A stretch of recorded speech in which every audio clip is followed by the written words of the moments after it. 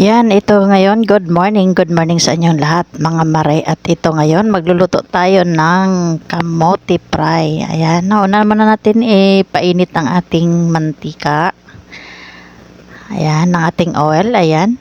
Andito ako sa kusina. Umaga na naman ako nagdadaldal at nagugutom talaga ako. Naghanap ako ng makain at ito na yung naisip kong makakainin. At yung gagawin ko para makakain.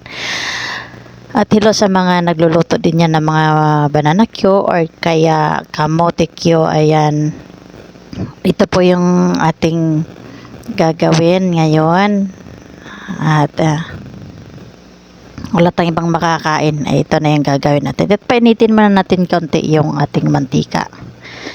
At yan ay antayin natin pag umiinit na yan.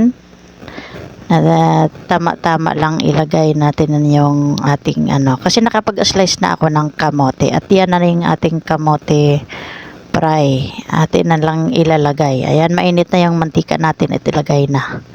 Ayan, haluin lang natin yan mga beshe. At yan ay konting pa-brown na lang natin. Konting pag nakita nating lutong-luto na ay pwede na natin ihain. At ito yung ituturo ko sa inyo na para hindi po yung mandidikit ang ating yung asukal sa kawali at pwede nyo pang magagamit ulit pang prito. Dalawang beses lang naman pwede gamitin ang ating mantika pero kailangan na wala siyang naiiwan na mga like sugar. Ayan. Kasi pangit naman yung may sugar yung mantika na naiiwan. So ito ay kaunting brownish na siya. So, antayin natin na medyo makrispy yung ating pagluluto. Maging perfect talaga ito. At kaunting pa-brown natin.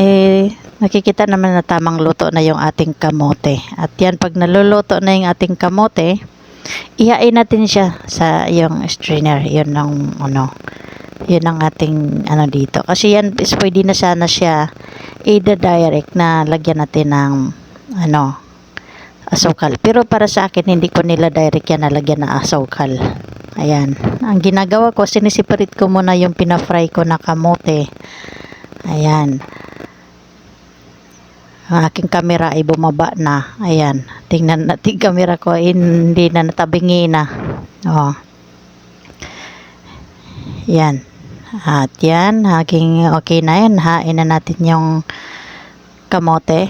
Ayusin muna natin itong camera ay natabingi na. Nagkunti baka mamaya masali na ito sa prito.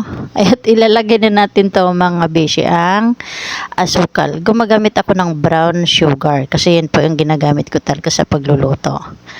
At yan, kahit sa adobo yan po ang ginagamit ko.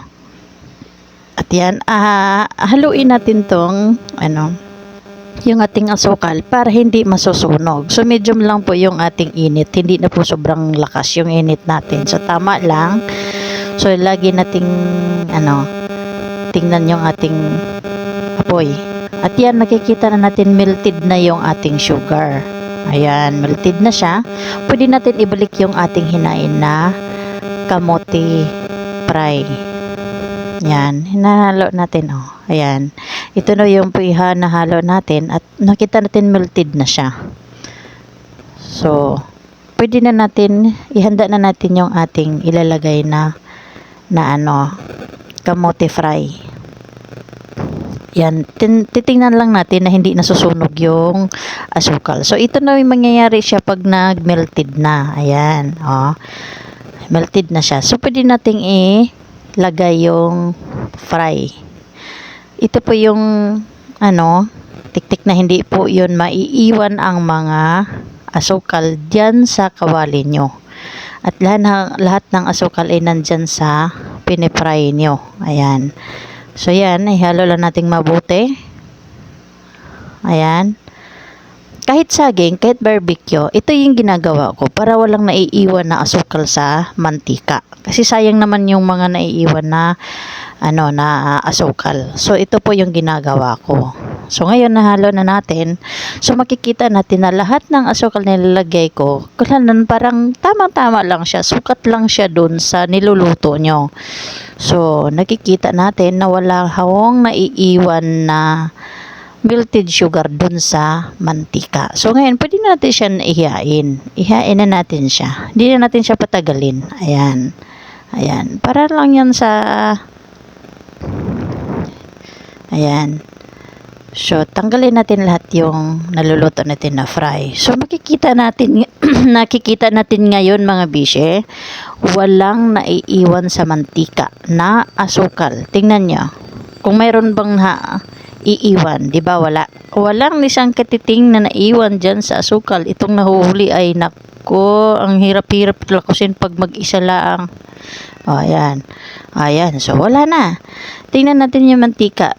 Liwanag na walang naiiwan ni kahit singkatiting na asukal dyan sa mantika. So, pwede pa natin magamit sa ibang prito. So, dalawang beses lang naman, pwede mo pa iprituhan ng isda yan. So, yan lang pong diskarte mga mare, mga bishi dyan. Magandang umaga at ready to eat na. Ay, ang sarap. Diba? Yan ay ang sarap na talaga naman, nagugutom ako lalo. So, ngayon, ready na tayo. Dalhin na natin sa lamig. Kaya naman, kakain na tayo. Ito nagiging almusal ko. So, yan. Ito na yung magiging almusal. Ito nga, kasi, lagyan ko ng kaunting asukal. Ito yung kamuti fry. Diba? Ito na yung ginawa ko kanina.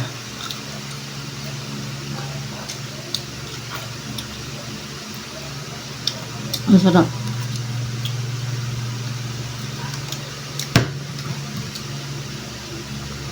Pwede sa merinda.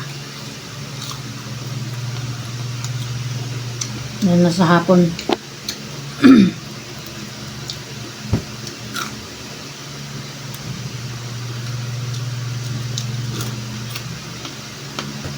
Masarap siya sa malutong.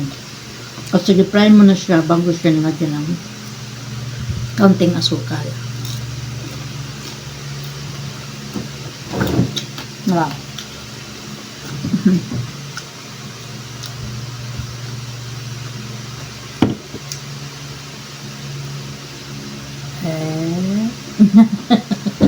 Hindi natin ipapakita ng bawal.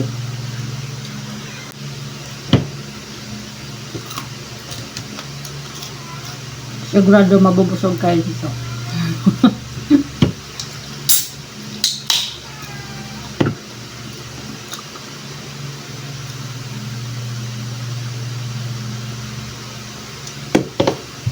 Umaga nagpasaway na naman ako dito. Sarap.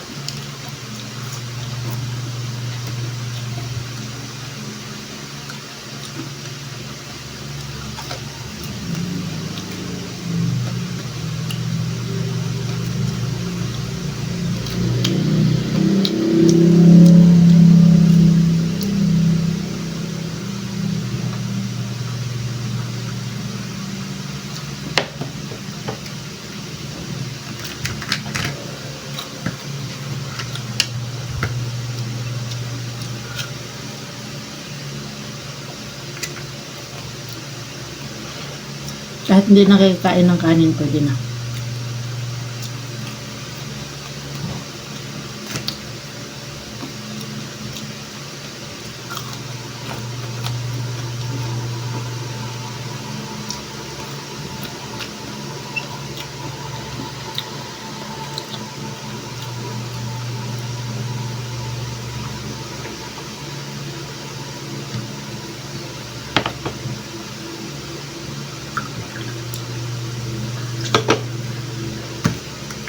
Maraming salamat.